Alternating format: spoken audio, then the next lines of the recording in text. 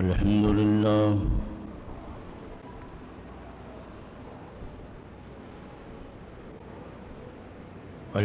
لله نحمده ونستعينه ونستغفره ونؤمن به ونتوكل عليه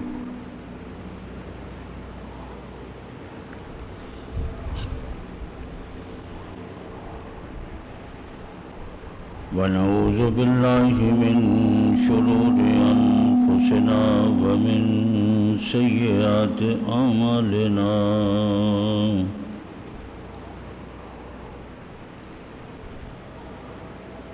من يهده الله فلا مضل له ومن يضلله فلا هادي له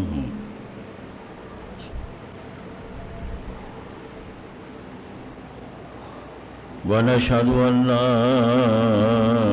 إله إلا الله وحده لا شريك له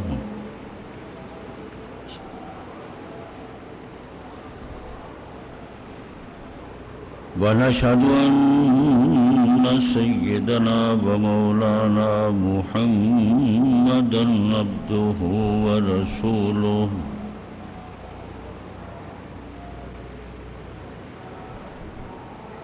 أما بعد فأعوذ بالله من الشيطان الرجيم بسم الله الرحمن الرحيم إبراهيم ربي الذي يحيي ويميت قال أنا أحيي وأميت قال إبراهيم فإن الله يأتي بالشمس من المشرق فأت بها من المغرب فبهت الذي كفر والله لا يهدي القوم الظالمين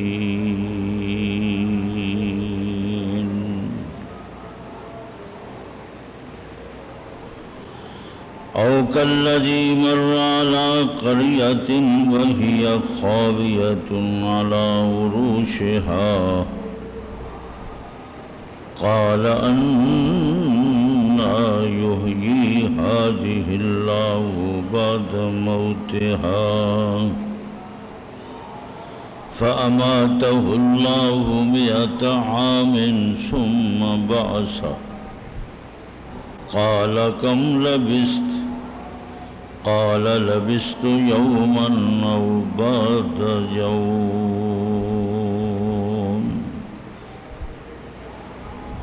قال بل لبثت 100 عام فانظر إلى طعامك وشرابك لم يتسنه وانظر إلى حمارك ولنجعلك آية للناس وانظر إلى العظام كيف ننشزها ثم نكسوها لحما فلما تبين له قال أعلم أن الله على كل شيء قدير رب اشرح لي صدري ويسر لي أمري واحلل عقدة من لساني يفقهوا قولي سبحانك لا علم لنا إلا ما علمتنا إنك أنت العليم الحكيم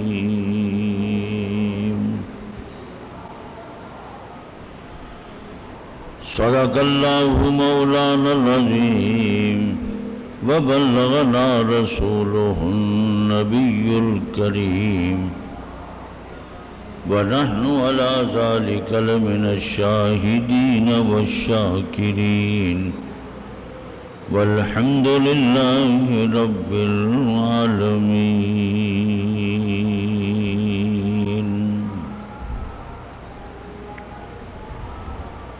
اللهم صل على محمد وعلى آل محمد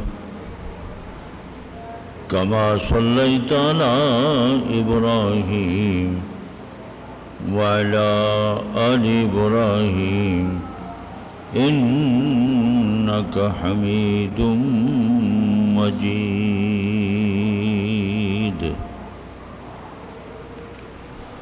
اللهم بارك على محمد وعلى آل محمد كما باركت على إبراهيم وعلى آل إبراهيم إنك حميد مجيد.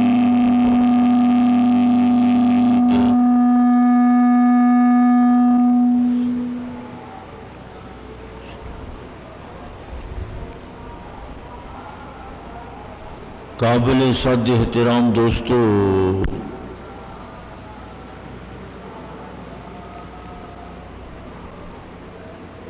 سورہ بقرہ تیسرا پارہ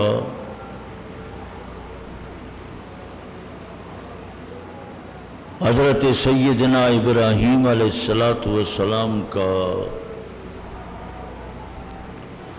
نمرود کے ساتھ قرآن مقدس نے ایک مناظرے کا تذکرہ فرمایا ہے.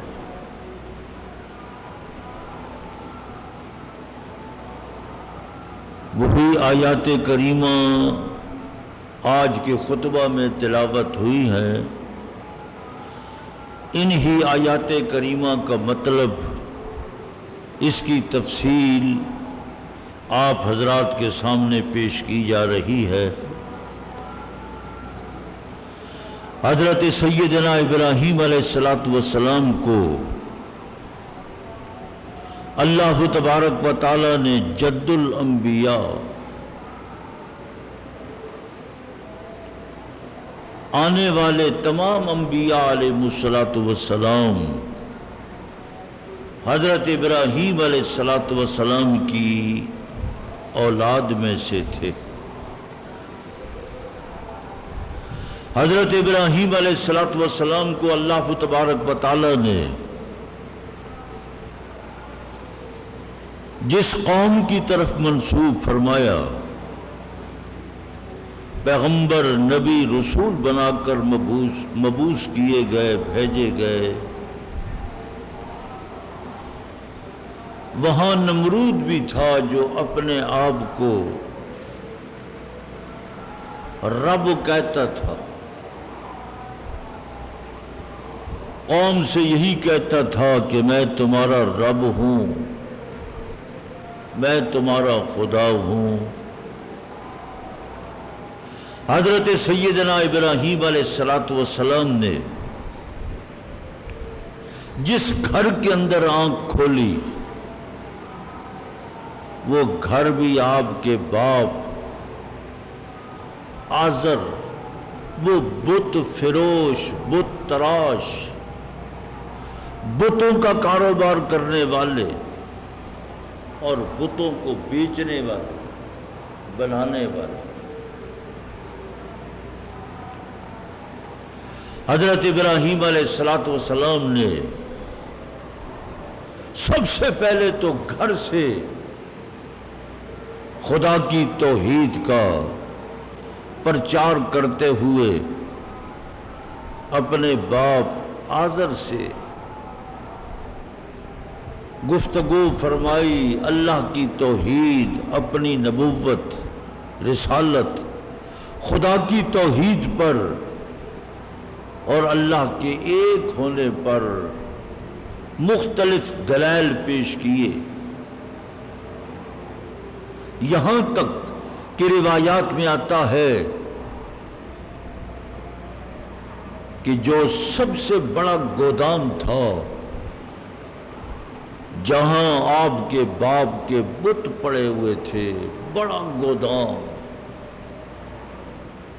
حضرت ابراہیم علیہ السلام اپنے باپ کے ساتھ اس گودام کے اندر داخل ہوئے تو حضرت ابراہیم علیہ السلام کا عظیم معجزہ کہ ہر بت کو اللہ تبارک و تعالی نے زبان قال عطا کر دی اور ہر بت لا الہ الا اللہ کا ورد کر رہا تھا۔ لا الہ الا اللہ ابراہیم خلیل اللہ۔ آپ کے باپ جو آزر تھے، خود قرآن پاک کہتا ہے اذ قال لأبیہ آزر اتتخذ اصناما آلہہ، تو فرمایا ابا جان دیکھو یہ سارا مال آپ کا ہے، جتنا مال و متاع پڑا ہوا ہے آپ نے خریدے، آپ نے بنائے، آپ مالک ہیں، لیکن یہ بھی اپنی زبان سے اللہ نے ان کو بھی زبان قال دے دی۔ جس رب کا میں پیغمبر ہوں، جس رب کا میں نبی تے رسول ہوں، اس رب نے ان کو بھی زبان دے دی، یہ بھی وہی کلمہ پڑھ رہے ہیں جو کلمہ میں خدا کی طرف سے لے کر آیا ہوں، لا الہ الا اللہ ابراہیم خلیل اللہ۔ حضرت ابراہیم علیہ السلام سے باپ نے کہا کہ تو بڑا جادوگر ہے، تیرا سحر تیرا جادو یہ میرے بتوں پر، میری اس صنعت پر، مصنوعات پر بھی چل گیا، اور یہ سب کے سب تیرا ہی کلمہ پڑھ رہے ہیں، لیکن میں تیرے دین کو قبول نہیں کر سکتا۔ نمرود کا دور تھا، جو نمرود اپنے آپ کو خدا کہتا تھا، میں تمہارا حاجت روا ہوں، مشکل کشا ہوں، سب کچھ میں ہوں، تمہیں عزتیں دینے والا، موت دینے والا، زندگی دینے والا، سب کچھ میں ہوں۔ قرآن مقدس نے حضرت ابراہیم علیہ السلام کا وہ مناظرہ ذکر فرمایا قرآن پاک نے الم تر الی الذی حاج ابراہیم، کیا آپ نے نہیں دیکھا اس شخص کی طرف جو حضرت ابراہیم علیہ السلام کے ساتھ رب کے بارے میں مناظرہ کر رہا تھا، دلائل پیش کر رہا تھا، ان آتا اللہ الملک، اللہ نے اس کو بادشاہی دی تھی، خدائی دی تھی، اختیار دیا تھا، حکومت اس کے پاس تھی، بظاہر قوت طاقت اس کے پاس موجود تھی، لیکن حضرت ابراہیم علیہ السلام کے ساتھ گفتگو کرتے ہوئے وہ کہنے لگا کہ میں اس قوم کا رب ہوں، میں خدا ہوں۔ حضرت ابراہیم علیہ السلام نے اس کو بات سمجھائی کہ نہیں، ربی الذی یحیی و یمیت، میرا رب تو وہ ہے جو زندہ بھی کرتا ہے، موت بھی دیتا ہے، موت و حیات میرے اللہ کے پاس موجود ہے، جس کو چاہے زندہ کر دے، جس کو چاہے موت دے دے، رب کے پاس ہی ہے۔ خلق الموت والحیات لیبلوکم ایکم احسن عملا، اسی اللہ تبارک و تعالیٰ نے موت کو بھی، زندگی کو پیدا فرمایا۔ وہ موت و حیات اس لیے پیدا فرمائی کہ اللہ تبارک و تعالیٰ جانچنا چاہتے ہیں، آزمانا چاہتے ہیں کہ تم میں سے اچھا عمل کرنے والا کون ہے؟ ظاہر ہے کہ دنیا سے جب جائیں گے قیامت کے دن اللہ کے حضور، اللہ کی کچہری میں سب کے اعمال پیش ہوں گے، لیکن سب سے اعلیٰ عرفہ اچھا عمل وہی ہے جو انبیاء علیہ السلام کے طریقوں کے مطابق ہوگا۔ اب حضور پاک صلی اللہ علیہ وسلم کو اللہ تبارک و تعالیٰ نے نبی تی رسول اور آپ کی زندگی، آپ کی سیرت، آپ کا اسوہ حسنہ یہ امت کے لیے اور آنے والے کلمہ گو مسلمانوں کے لیے حجت ہے، رہنما ہے، اور ان سب کے لیے یہی معیار کسوٹی ہے۔ حضور پاک صلی اللہ علیہ وسلم کی سنت کے مطابق جو عمل ہوگا اللہ تبارک و تعالیٰ قیامت کے دن ہمارے کتابچوں سے، ہماری فائلوں سے، ہمارے اعمال ناموں سے نکال کر اللہ سامنے رکھ دے گا کہ یہ عمل صحیح ہے، یہ عمل صحیح ہے، یہ عمل صحیح ہے، یہ عمل صحیح ہے۔ جو حضور کی سنت کے خلاف عمل ہوگا اللہ تبارک و تعالیٰ اس عمل کو کبھی قبول نہیں فرمائے۔ معیار کسوٹی وہ خود حضور پاک ہے۔ حضور پاک نے 23 سالہ زمانہ نبوت امت کے اندر گزارا، رات بھی، دن بھی، خلوت بھی، جلوت بھی، اور پھر اللہ کریم نے لَقَدْ كَانَ لَكُمْ فِي رَسُولِ اللَّهِ أُسْوَةٌ حَسَنَةٌ کہ تم سب کے لیے عمدہ نمونہ حضور پاک صلی اللہ علیہ وسلم کی سیرت تے آپ کی عمدہ زندگی ہے۔ اس کو سامنے رکھ کر اپنے اعمال اور اپنی زندگی بناؤ، اپنی آخرت بناؤ، اپنی قبر بناؤ۔ اس لیے فرمایا کہ قیامت کے دن اللہ تبارک و تعالیٰ کے ہاں وہی عمل مقبول ہوگا، احسن عملا، جو حضور کی زندگی کے مطابق ہوگا۔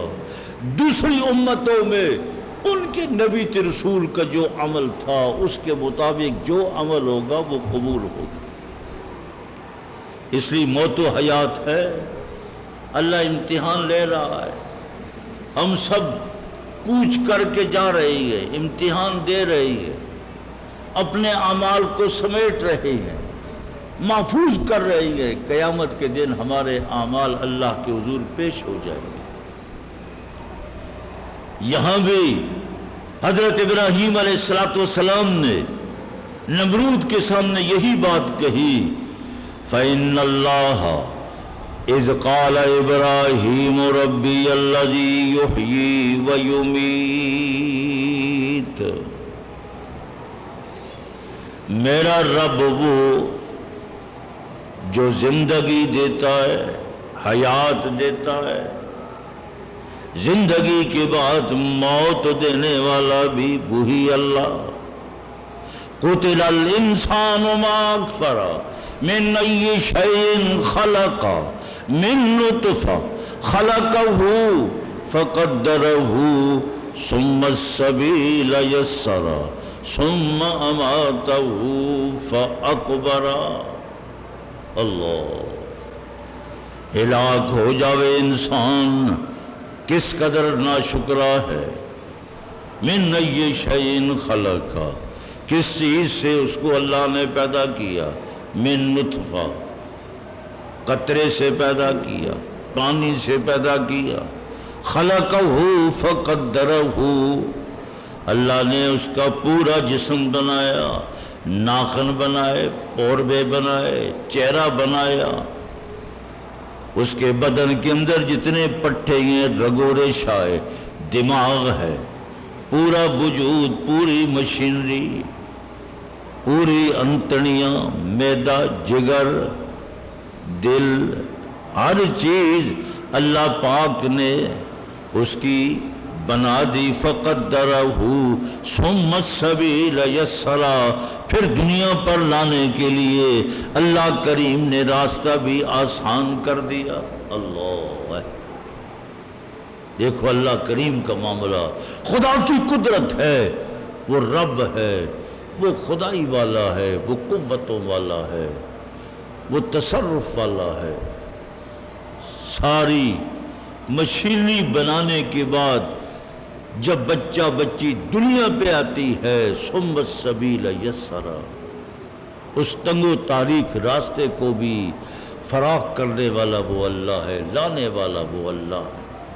اللہ، ثم السبیل یسرا ثم اماتہ فاقبرہ، پھر زندگی 60 سالہ، 70 سالہ، 100 سالہ، 50 60 سالہ، گھنٹہ 2 گھنٹے، منٹ 2 منٹ، سانس 2 سانس، خدا کی دی ہوئی زندگی ہے۔ اپنی حکمتوں کو رب ہی جانتا ہے کہ کتنے مراحل سے اس بچی کو گزار کر پیدا ہونے والا بچہ 4 سانس لیے فوت ہو گیا۔ یہ حکمت اللہ جانتا ہے، بندہ نہیں جانتا۔ کتنے مصائب سے، مشکلات سے وہ بچی گزرتی رہی، خدا نے اس کو بیٹا بھی دیا، تکلیفیں برداشت کر چکی ہے، لیکن اللہ نے دیا ہوا بیٹا اس سے پھر چھین بھی لیا۔ موت و حیات اللہ کے پاس ہے۔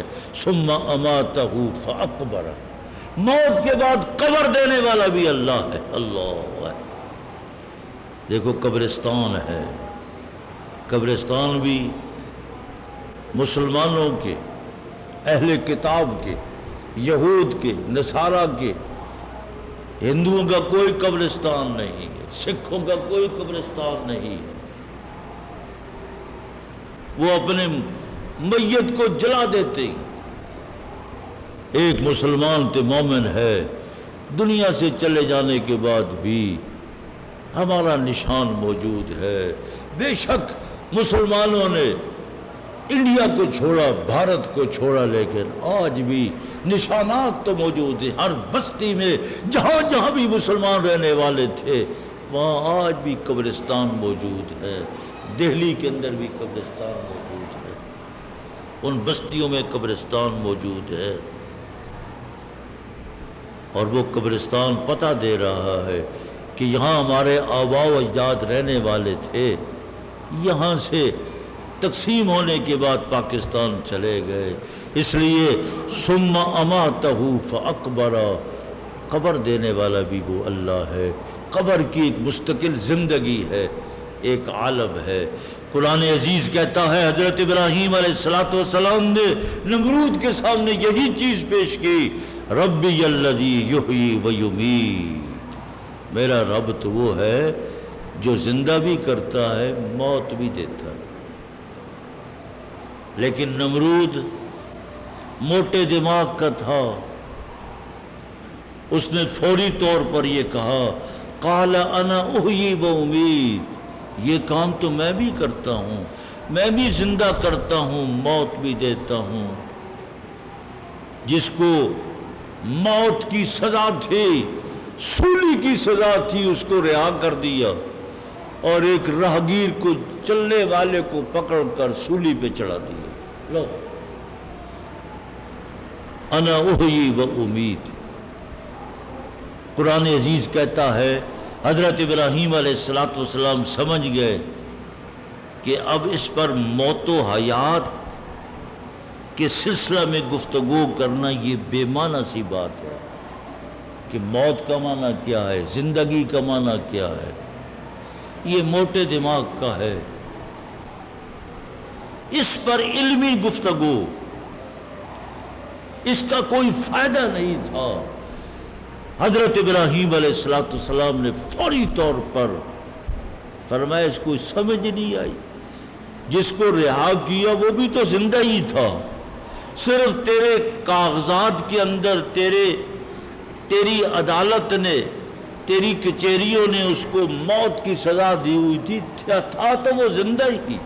ایک راہگیر کو، چلنے والے مسافر کو پکڑ کر سولی پہ چلا دیا۔ حضرت ابراہیم علیہ السلام نے فرمایا کہ اس سے اب یہ بحث کرنی کہ یہ موت حیات کا یہ معنی تو نہیں، فوری طور پر دلیل بدلی، فرمایا حضرت ابراہیم علیہ السلام نے میرا رب تو فَإِنَّ اللَّهَ يَأْتِي بِالشَّمْسِ مِنَ الْمَشْرِقِ فَأْتِ بِهَا مِنَ الْمَغْرِبِ، میرا رب تو وہ ہے جو مشرق سے سورج کو لاتا ہے، مغرب میں غروب کر دیتا ہے۔ فَبُهِتَ الَّذِي كَفَرَ فَأْتِ بِهَا مِنَ الْمَغْرِبِ، حضرت ابراہیم علیہ السلام نے فرمایا کہ تو اگر رب ہے تو سورج مغرب سے لا، ڈوب جائے تو پھر طلوع کر دے، تیری خدائی مانی جائے گی۔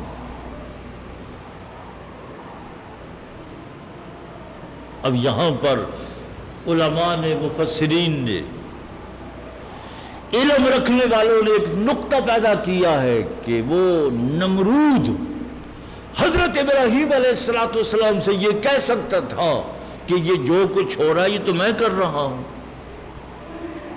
مشرق سے سورج کو میں لاتا ہوں، مغرب میں غروب کرتا ہوں۔ اگر آپ کا رب میرے علاوہ کوئی اور ہے تو آپ کا رب مغرب سے سورج لائے، میں آپ کی رب کو، آپ کی نبوت کو مان جاؤں گا۔ لیکن اللہ تبارک و تعالیٰ نے اس نمرود کے دل دماغ کے اندر یہ سوال ہی غائب کر دیا، وہم تک بھی پیدا نہ ہوا، خیال بھی نہ آیا، تصور، ایک دھیما سا تصور بھی، ہلکی سی کوئی ایسی روشنی بھی اس کے دماغ میں نہ آئی کہ وہ یہ کہتا کہ یہ مشرق سے سورج لانے والا میں، مغرب میں غروب کرنے والا میں، آپ کا رب اگر میرے علاوہ کوئی اور ہے تو مغرب سے لائے سورج میں مان جاؤں گا۔ حدیث پاک میں موجود ہے، صبح ہمارا جو درس حدیث ہوتا ہے تو صبح درس حدیث میں حدیث سنا چکا ہوں، صبح جو نمازی یہاں موجود ہوتے ہیں ایک دو حدیثوں کا درس ہوتا ہے کہ توبہ کا دروازہ اللہ تبارک و تعالیٰ نے کھول رکھا ہے، یہ کھلا ہوا ہے، یہ کب تک کھلا رہے گا؟ جب تک سورج مغرب سے طلوع نہیں کرتا۔ جب مغرب سے طلوع کرے گا تو پھر توبہ کا دروازہ بند ہو جائے گا۔ یہ توبہ، یہ بڑے خوش قسمت ہیں ہم، سعادت مند ہے کہ اگر گناہ ہوتا ہے، غلطی ہوتی ہے، بہت گناہ ہوتے ہیں، گناہگار ہیں، خطا کار ہے، سیاہکار ہے، لیکن اس اللہ تبارک و تعالیٰ نے ایسے زمانے میں ہم کو پیدا کر رکھا ہے کہ توبہ کا دروازہ بھی کھلا ہوا ہے۔ گناہ کر کے فوری طور پر خدا کی طرف متوجہ ہو تو اللہ پاک توبہ استغفار کو قبول کرتا ہے۔ اللہ، اس لیے اللہ کریم نے نمرود کے دل دماغ سے یہ بات ہی نکال دی، اس طرف اس کا دماغ ہی نہ آیا، بلکہ حضرت ابراہیم علیہ السلام نے اسے یہ کہا فَأْتِ بِهَا مِنَ الْمَغْرِبِ، مغرب سے لا، فَبُهِتَ الَّذِي كَفَرَ، لیکن وہ نمرود مبہوت ہو گیا، پریشان ہو گیا اور ختم ہو گیا، اس کے دلائل بالکل ختم ہو گئے۔ اس لیے دوستو بزرگو، حضرت ابراہیم علیہ السلام کا قرآن پاک نے یہ توحید پر، خدا کی خدائی پر، اس کے رب ہونے پر، زمین کا رب وہ ہے، آسمان کا رب وہ ہے، عزت و ذلت کا مالک وہی اللہ ہے، ساری کائنات اس اللہ کے قبضے میں ہے، سب کچھ اللہ سے ہوتا ہے، کسی سے کچھ نہیں ہوتا، اللہ کے اختیار میں ہے۔ رب کی ربوبیت، خدا کی خدائی چلتی چلی آ رہی ہے، موسم بھی اللہ بدلتا ہے، فضاؤں کو بھی اللہ بدلتا ہے، غریبی مسکینی کو بھی اللہ ہی دور کرتا ہے، اقتدار دیتا بھی وہی ہے تو چھینتا بھی وہی ہے۔ یہ جو دنیا کا نظام ہے یہ اللہ کے قبضے میں ہے۔ اللہ پاک اپنی حکمتوں کو جاننے والے ہیں اور بخوبی واقف ہے، لیکن میرا اور آپ کا عقیدہ یہی ہونا چاہیے کہ ہاں سب کچھ اللہ ہی کرتا ہے۔ قل هو اللہ احد اللہ الصمد، اللہ ایک ہے، بے نیاز ہے، وہ اپنی بے نیازیوں کا مالک ہے۔ اللہ ہم سب کو یہی عقیدہ، یہی یقین اور یہی ایمان بنانے کی توفیق عطا فرمائے۔ وآخر دعوانا الحمدللہ رب العالمین۔